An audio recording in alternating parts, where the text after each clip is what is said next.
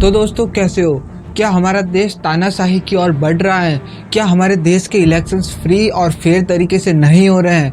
इन्हीं कुछ टॉपिक्स पर पिछले कुछ दिनों में पॉपुलर यूट्यूबर ध्रुव राठी ने काफ़ी वीडियोस बनाई हैं।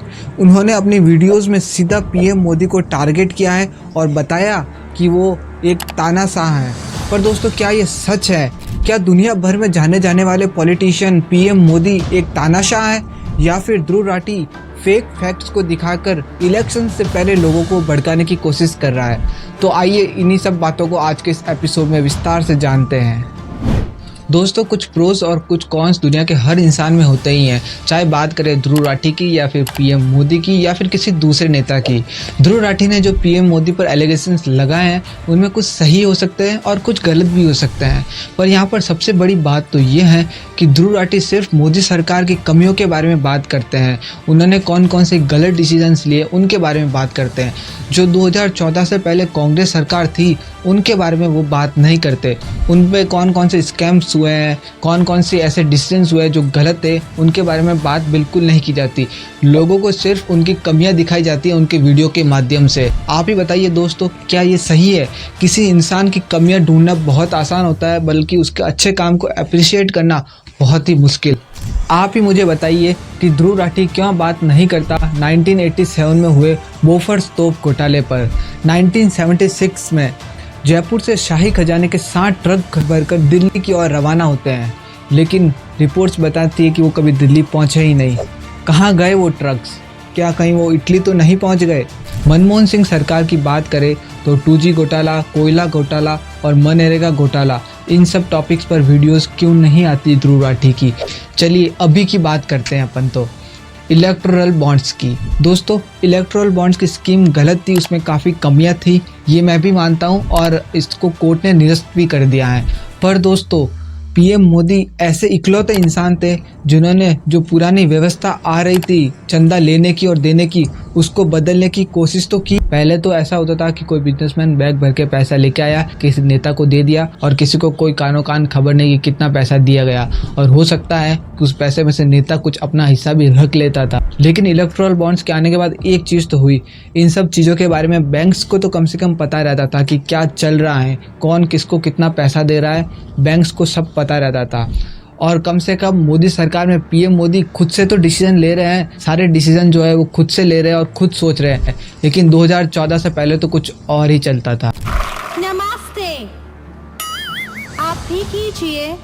नमस्ते। ठीक है, हाथ नीचे कीजिए, मुंडी सीधी कीजिए, ये लीजिए, स्माइल कीजिए। चलिए दोस्तों, थोड़ी देर के लिए मैं मान लेता हूँ कि ध्रुव राठी ने जो कुछ भी कहा वो सही है। अगर ऐसा है तो मोदी नहीं तो फिर कौन? क्या ऑप्शंस हैं हमारे पास? क्या हम आलू में से सोना बनाने वाले को पीएम बना दे या फिर लोगों को ही बनाने वाले को पीएम बना दे? दोस्तों मैं ये तो मानता हूँ कि बीजेपी सरकार कोई दूध की दुलुई तो है नहीं, तो हम क्या करें? हमारे पास क्या ऑप्शंस हैं? चलिए दोस्तों, इसे एक उदाहरण से मैं आपको समझाता हूँ। मान लीजिए आप एक ऐसे जंगल में फंस गए हैं जहाँ से बाहर निकलने का रास्ता आपको नहीं पता है। अब आपके सामने दो लोग आते हैं, आप उन दोनों को पहले से ही जानते हो। उनमें से आपको पता है कि एक जो है महाचोर है और एक दूसरा जो है सिर्फ चोर है। आप समझ रहे हो मैं क्या कहना चाह रहा हूँ? दोस्तों अब आपको तो उस जंगल से बाहर निकलना ही है, तो आप किस पर भरोसा करके निकलोगे? क्या आप महाचोर के साथ जाओगे या फिर सिर्फ चोर के साथ जाओगे? मैं उम्मीद करता हूँ कि मैं क्या कहना चाह रहा हूँ ये आप समझ गए होंगे। चलिए दोस्तों अब बात करते हैं कि क्या पीएम मोदी स्कैम्स कर सकते हैं या फिर नहीं। दोस्तों इसे भी मैं आपको एक उदाहरण से समझाता हूँ। मान लीजिए मैंने कोई स्कैम किया है। अब दोस्तों मैं ये स्कैम क्यों करूँगा?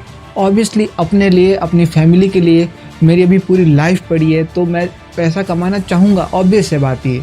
लेकिन दोस्तों बात करें पीएम मोदी की, तो वो ऐसा क्यों करेंगे? क्या करेंगे वो पैसा इकट्ठा करके? आप खुद जरा ठंडे दिमाग से सोचिए। जैसा कि मैंने पहले भी बताया कि मैं बीजेपी पार्टी को पूरी तरह ईमानदार नहीं कहता, भ्रष्टाचारी तो हर जगह दोस्तों मौजूद है। तो हो सकता है कि जो एलिगेशन ध्रुव राठी लगा रहा हो वो पीएम मोदी ने नहीं बल्कि उनके नीचे काम करने वाले लोगों द्वारा किए गए हो। दोस्तों अब अगर बात करें ध्रुव राठी की, तो कुछ लोग उन्हें खालिस्तानी कहते हैं, कुछ का ये कहना है कि उन्हें अपोजिशन पार्टी से पैसे मिलते हैं, और यहाँ तक कि कुछ लोग उन्हें जर्मन शेफर्ड नाम से ट्रोल करते हैं, जो कि बहुत ही ज़्यादा शर्मनाक है।